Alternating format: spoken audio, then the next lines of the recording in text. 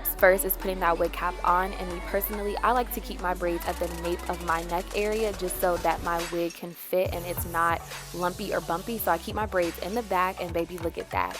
Now we are on flat, and a little tip I like to give is to style your wig on your mannequin head rather than your actual head. It's much easier, you guys, I promise. Now, before I get any comments of how I install my wigs, I am showing you guys that my baby hairs, they come out a little bit farther.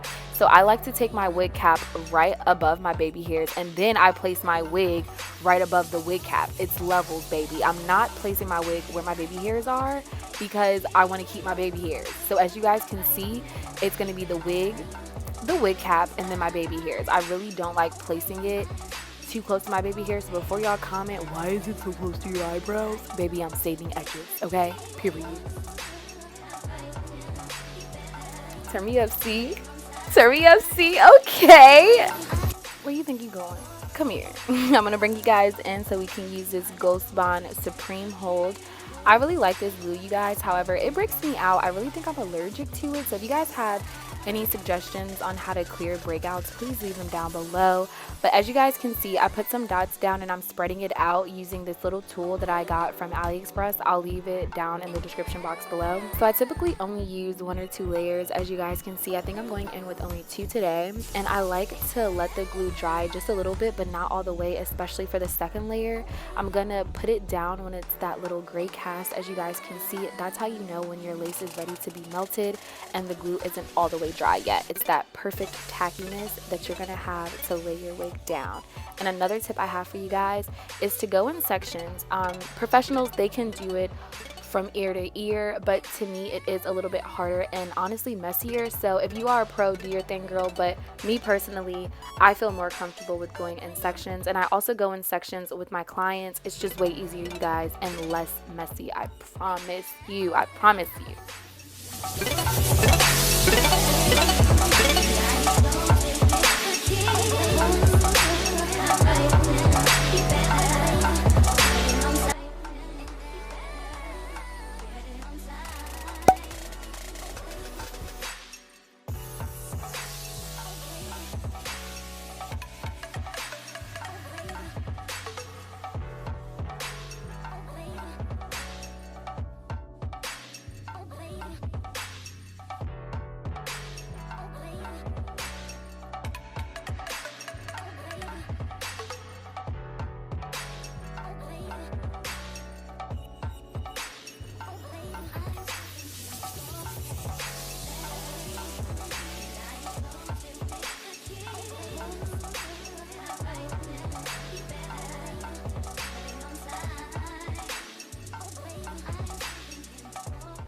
Y'all lace ever melt so good that you just have to hit a little dance? Like, it's giving scalp. And this is from my company. Oh, baby, I'm gonna hit this dance. For me, this step is so crucial because I think it's so important to separate your baby hairs from the actual hair that you're using to style. So as you guys can see, I'm just taking my hot comb to reinforce the style and as well separate those baby hairs. As you guys can see, the baby hairs are clear as day, and now we are going to go into styling them. I like doing that step with the hot comb because as you guys can see, I don't have to do much work. I know where my baby hairs are. Now it's time to just take my gel and just finesse them.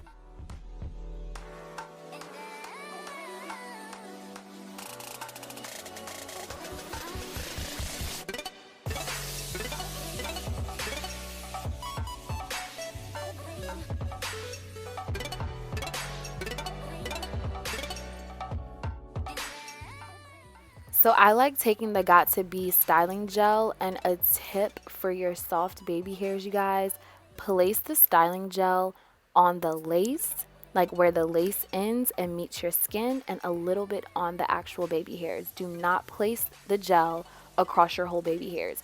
Take your styling foam, aka your mousse, and that's what you're going to use to actually style the baby hairs. Using that Got To Be right at the edge of your lace, that gives you a little bit more of a hold, and using the styling foam allows your baby hairs to look extremely natural and super soft, and that's the look that we're going for with soft baby hairs.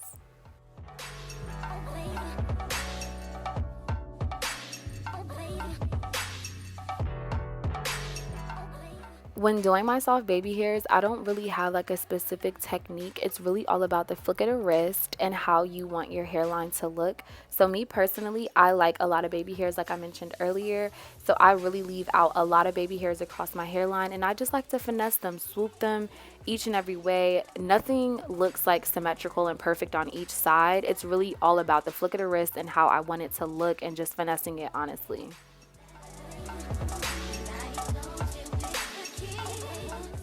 I really didn't want to edit any part of this baby hairs section because I wanted to show you guys that my baby hairs always don't come out how I want them the first time. I really play around with them and just get it to how I like. And once I have it to how I like, baby, we will move on to the next step. If you guys do not own an elastic band, please go purchase one ASAP because this step is also very crucial. So I like taking the elastic band first to really hold and secure my lace and to make sure it's not going to go anywhere. And then I like taking a silk scarf on top, and that just reinforces my baby hairs, allows them to dry, as well as allows the lace to dry so that everything is cohesive and tight. And baby, we are secure after this step. And I leave it up there for about 10 minutes and I am good to go.